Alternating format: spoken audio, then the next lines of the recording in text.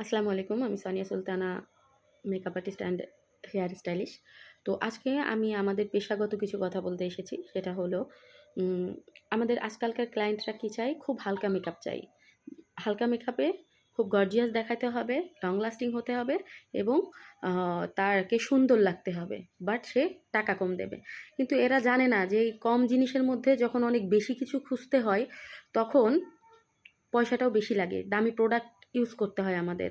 যে অল্প প্রোডাক্টে ফুল কাভারেজ দিবে, হ্যাঁ? লং লাস্টিং হবে। তখন কিন্তু প্রোডাক্টটাও আমাদের দামি ইউজ করতে হয়। এটা হলো আমাদের ক্লায়েন্টের সবথেকে বড় একটা ভুল ধারণা। দ্বিতীয়ত, এরা দেখাবে জাহিদ খানের মেকআপ বা ইন্ডিয়ান বড়, বড় আর্টিস্টের মেকআপ, বাট টাকা দেবে ৳৩,০০০, ৳৪,০০০। আচ্ছা, ৳৩,০০০, ৳৪,০০০ দিয়ে আমার কাছ থেকে ব্রাইডাল লুক দেবে, আরেক জায়গা থেকে রিসেপশন লুক দেবে।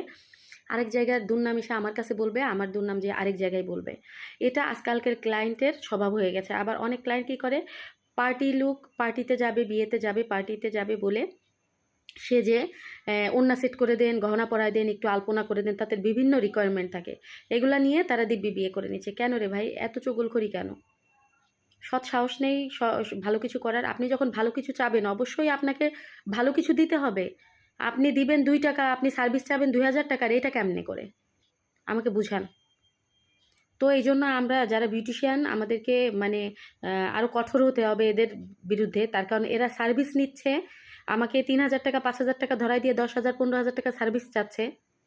আমরা ভালো সার্ভিস দিচ্ছি। তারপর আরেক জায়গায় যেয়ে বদনাম করতেছে। এটার জন্য আমাদের পার্লারের সবারই দুর্নাম হয়। তাই না? আমরা বিউটিশিয়ান যারা আছি, বিউটিশিয়ান হতে তো টাকা লাগছে, তাই না? আমাদের অনেক পরিশ্রম দেয়া লাগছে।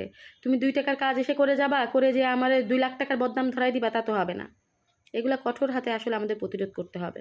আর এসব ক্লায়েন্টদেরকে একদমই পাত্তা দেয়া যাবে না। তো সবাই ভালো থাকবেন। আল্লাহ হাফেজ।